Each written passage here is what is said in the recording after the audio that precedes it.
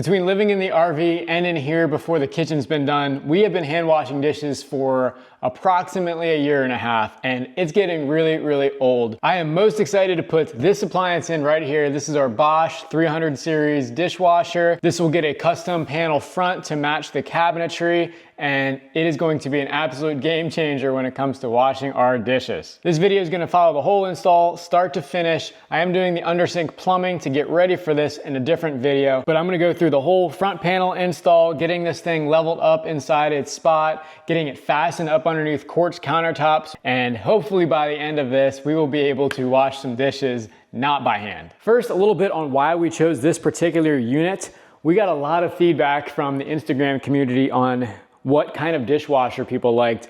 Bosch consistently ranked as one of the top responses, and general online reviews sort of corroborated this. This is not Bosch's highest end dishwasher. This is their 300 series, so it's kind of a mid-tier. I think there's a 500, 800, and even one more above that. But it was pretty economical. We bought it at Home Depot on a Black Friday appliance sale, so it was about $1,000 out the door. It's got some features that we notably did not see on other brands. First of all stainless tub, which is really good for sound deadening and helps with the drying process as well. One of the things was these were made out of metal rather than plastic. A lot of other brands make these things out of plastic, and we just did not like the way that felt. It's got the third rack for extra silverware capacity, and of course the custom panel, which you can get on other brands, but it's usually a significant upcharge, whereas Bosch was actually not bad at all to do the custom panel. First order of business is flushing our hot water line that's gonna get connected to the dishwasher to make sure there's no sediment, and then once we connect it, do a leak test. Let's see if I can reach this back here. Oh shoot, gotta turn it on at the home run manifold, that would help. Should have water. Sounds like we do anyway. Yep, here we go. So we're flushing this line. We're also filling up this under sink hot water heater at the same time. We gotta be checking for leaks on both occasions. There we go. Nice and hot. That's a good sign. Safe to say we are flushed there. I had to buy this little supply elbow separately, but it came in a kit with a 4-foot drain line, so that worked out just fine. They say to hand tighten this only, but I'm gonna snug it up a little bit with the pliers. Definitely not something you want coming loose.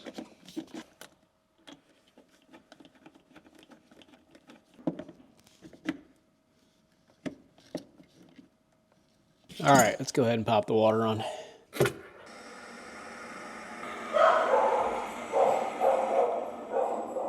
Not seeing any leaks other than the water that was already on there. I think we are Gucci as long as we don't knock that around too much. I think it'll stay tight. Now for the fun part of disconnecting this inside this cabinet without making a gigantic mess. There's some water. Please don't be a ton of water. Got another rag at the ready. It's definitely more than I was expecting to come out. Oh my gosh, is this ever gonna stop? Let's just be this whole line from above just emptying out. Should have definitely gotten a cup rather than a rag. Rag number 3. I think we made it. Water connection checked out. We are ready to slide this thing into the opening now. I did do some prep work on the opening. It got the same treatment as the refrigerator openings. Anywhere with water, I never want the water to have a chance to go back underneath the drywall, underneath the flooring, underneath the cabinets. So I took some scrap pieces of LVP, pin nailed them to the side, and then ran a bead of Lexel at the base and at the top so that water can't get behind it. This is kind of forming a waterproof tray, so to speak, for my LVP, that if there ever is a leak back there, the water comes this way underneath the dishwasher and out front where I'm gonna step in it, notice there's a leak, rather than working its way back underneath the subfloor in a place where I'm not gonna be able to see unless it comes through the ceiling below. I also drilled the entry holes for the hose, the water supply, and the power cord. This is 2.5-inch hole saws, kind of in a stacked pattern. They say 2.5-inch single hole will do it, but I do not think you need that much. This is plenty, especially because the drain hose is trying to go upwards. You really just don't need all that width, so this is gonna work just fine. Next thing to do is get this thing level and up to the height that we need it for our specific counter. Luckily, this floor is level, so as this thing sits out of the box, it's sitting totally dead level, front, back, and side to side. However, we do need to raise it up about 1/4 inch. This door is right out of 33.5 inches, and our countertop opening is 34.5 inches to the bottom of the countertop. We're only gonna bring this up to 34 inches though. The leveling system on this Bosch is kind of cool. I don't know if this is unique to Bosch or not, but it's 3 feet, 2 in the front, 1 in the back center, and they're all adjustable from the front panel. So you can adjust this level while it's in the cabinet. The front 2 are just normal screw feet that are on the bottom corners, but then there's a rod in the middle that goes to a corkscrew in the back that raises and lowers that back foot. So I'm gonna try to raise all 3 of them just a little bit, only a ½ inch, hopefully keeping everything level, and then we'll go from there. I think we just need to put the top mounting brackets in and we can slide it back. And there we go.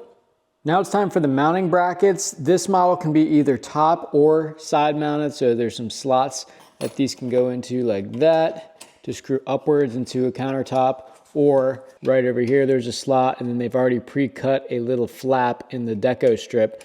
You fold this guy back along this dotted line and you can go right into the cabinet face frame. When we got this quartz counter installed, the countertop guys actually did put this metal strip under here, which was very nice of them. It gives a spot to put a screw up into. However, this is what I'm kind of worried about. There's a little bit of interference between where that top panel should sit and the front edge of this strip. I would have liked to put it back so that the edge of the strip was flush with the edge of the face frame, but the way this metal is designed, it's supposed to attach to the top of the face frame when you put it in. So I've been mulling around what I'm gonna do, whether I'm gonna leave this in here and just set the door a little bit low on this, or if that's gonna look bad. I'm not quite sure, but I think I'm gonna start off with utilizing this, doing the top bracket method and seeing where that gets me. And then if I really hate how the panel's gonna have to sit on there, I'm gonna pull it back out and try the side method. I don't really wanna have to cut this metal strip out. I'm gonna have to do some grinding, and I just don't really wanna have to try it. So I'm gonna try using it, and hopefully it works out. If not, I'll be pulling this thing back out. But it really depends how much of a perfectionist I am when it comes to putting the panel on.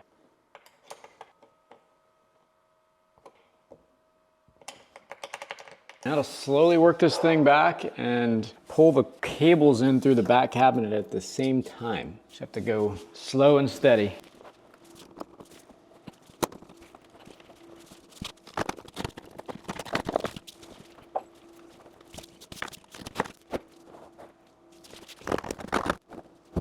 You know, I take that back. That 2½ inch hole probably would have come in handy, but I'm getting it done otherwise. All right, we're in. It's all leveled up, nice and flush with the front of the cabinet, even reveal on either side and the top. I pulled in all the cable and hoses from here. This looks like kind of a mess right now, but it's not going to be. Here's our drain hose. That's gonna go right into our disposal at that port right there. There was no way I could film this, but there's a clip up there that I put in before we even set this sink.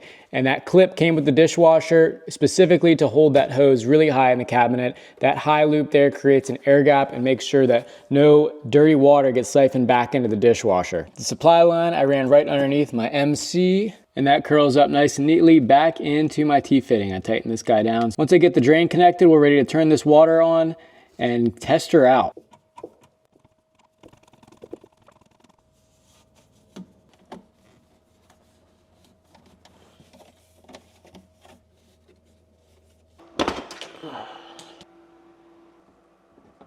I snipped the tip off one of these little 3/8 sheet metal screws in order to find something short enough to actually go up in here before it bottoms out against the countertop. Goes in easy enough. If I need to back it out, should be able to without too much trouble.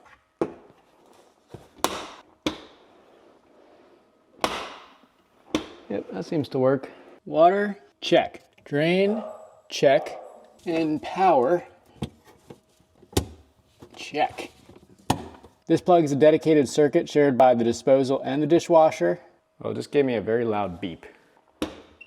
We have lights. I'm gonna get this foam out of here and we'll do a little test cycle. We're gonna try the speed 60. I hear it filling up water. This thing's making all kinds of crazy noises, but I think it's just the sound of a dishwasher. This is kind of a neat feature that I didn't even know it had. It projects a light on the floor for what state it's in. I bet when it finished its cycle, that turns blue or green or something, but it's red for washing right now. No leaks though, as far as I can tell, so that's good.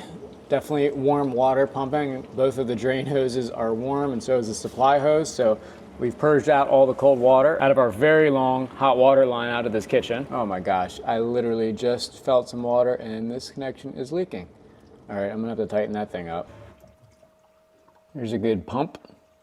Now that the dishwasher is in, it's time to make it look pretty. When we ordered the cabinets, we also ordered the panel for the dishwasher. This is a 24-inch panel. It matches the same shaker style as the rest of the cabinetry, and it will give us that seamless look we're going for. For the handle, we're gonna be using this appliance pull from Amrock, and this matches all the rest of the pulls and knobs that we will be using on the cabinets. The instructions for the dishwasher said that the panel needs to be at least 11 pounds. So we gave it the old dumbbell test since we don't have any way to weigh this. And we both think it's probably around 8 pounds. And we're thinking with the handle, we'll reach that 11-pound mark. This is the back side of the panel that I'm working on, and I'm gonna draw a center line so we make sure we get our template nice and straight. The dishwasher is a panel-ready dishwasher, so it obviously came with a panel template, which is just a big old piece of paper that we're gonna tape on here, get it nice and straight, and that will give us the perfect hole pattern to drill in the back of our door so that it matches up with the dishwasher. So here's our template. And it has its own center lines on, so if we line that up with our center line that we just scribed on there, arrows with the top edge of the panel, we are officially ready to tape it on and drill our holes out. This is totally lined up, so that was super easy. I did make a little tape depth stop for my... George is barking. Before I just went ahead and drilled through the panel completely, I went ahead and put a depth stop with some masking tape at a 1/2 inch on my 1/16 inch drill bit. That will make sure that I don't go all the way through the panel because that wouldn't be good. These are just supposed to be starter holes for the screws. Another note on the template positioning, I lined this up with the top edge of our panel because I took some measurements where the panel needed to be relative to the counter. We decided not to remove the metal bracket that was put on when our countertop guys put it on. Instead, we'll just lower the door just a little bit. We mocked it up. It looks about normal because there is a slight gap on either side of the dishwasher. So you're gonna tell that it's an appliance. It's not gonna just look like a cabinet door or anything. So that happened to work out with the template. By lining the arrows up with the top of the door, we're gonna get about 5/8 of an inch or so beneath the countertop that's gonna allow us to clear that metal bracket. If you wanted it to be perfectly aligned with the adjacent cabinet doors or drawers, you do have to shift the template up a little bit, and they give you this ruler on the side to accommodate for that. But luckily we don't have to do that. So I'm just gonna go ahead and start drilling. This should be pretty exact because we do not wanna mess up our pattern.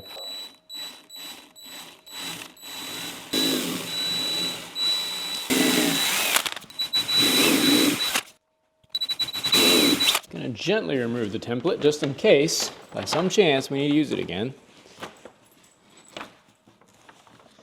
Big boy, Georgie. Are you mama's boy?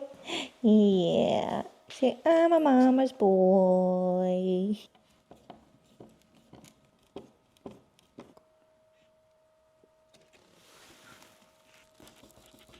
So there it is, just roughly in place. Of course, we still have to put the handle on, but that is looking pretty good, I think. It's gonna, I think, move up a little bit once we get the hole pattern in. It's sitting on those brackets right now. It's gonna move up just a hair, but it's pretty solid. Looks like a cabinet door dishwasher. Now we just need to mock this guy up where we like it best. I don't think we're gonna wanna put it like down here or up here. Something probably like that-ish. So here's the matching drawer handle. If the gap is kind of similar to what you have, Yep. that's too high. Yeah, I think that'd be good. So we're looking at roughly 4.5 inches to the center line. Can I get it off? Oh gosh. Without Maybe it'll be easier if it's open. knocking it. There we go.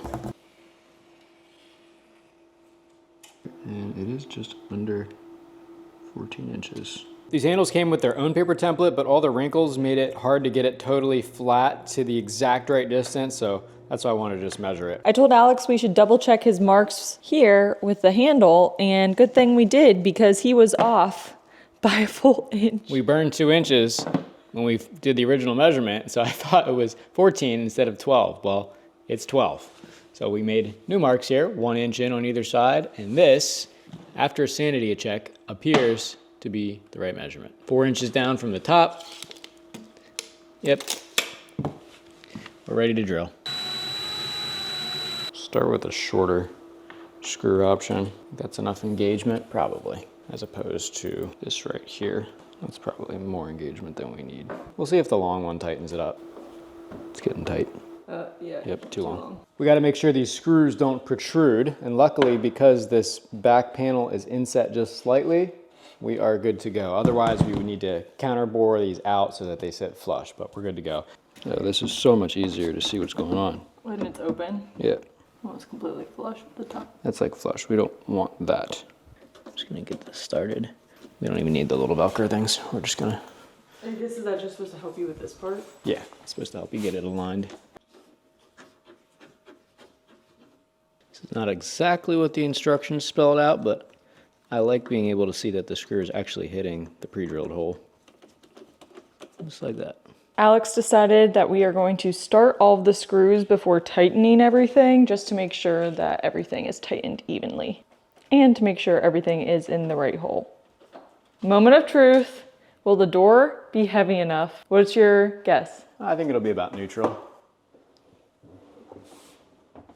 Yeah, stays down by itself. What? Out of the factory, I can't believe that. This felt so spring back, like it felt like it was gonna like Rip your hand off. rip your hand off coming back, but believe it or not, that actually stays open. And once it gets once it gets about halfway, then it goes. But that's what you would expect. That's perfect. Oh my goodness. Look at how pretty. That actually came out perfectly. I'm kind of shocked. And the clearance is just spot on. Handle looks good. You gotta shift it side to side a little bit. It doesn't stay because the dishwasher is just only held in there by 2 screws. We might have to, there's some shims or something at the bottom to make sure it doesn't walk side to side, but it can only go so far. Just because it's just these top 2 screws and the brackets aren't super, super tight. The very last part of this install is our toe kick. It comes with this sheet metal painted toe kick. We're probably gonna put a green wooden one to match the rest of the toe kicks on eventually. These standoff brackets go on first. They get pushed in and should just snap in and then are secured by 1 screw. But, George, I have a dog. Oh my gosh. He's trying to help. Oh, he's trying to help. Oh, he's trying to help and he's licking my hand in the process. George, put the tongue away. The idea with these brackets is there's a bunch of holes on the front, so you can adjust the toe kick height with one of the 5 holes. But just in case there's any reason we want metal there, we'll have it. I am so happy with how this turned out. Having a built-in dishwasher just adds a level of elegance and sophistication to any kitchen, I think. Like, it's just beautiful. I don't think that there are many dishwashers out there that are not front panel, like they just have the stainless finish or whatever, that look as nice as this in a finished kitchen. Like, it really just looks like another piece of cabinetry. And I don't think I would ever do another kitchen without a built-in panel dishwasher. So hopefully if you're putting your panel dishwasher in or planning a panel dishwasher install, this video helped you out a little bit. As always, thanks for watching. We'll see you on the next one.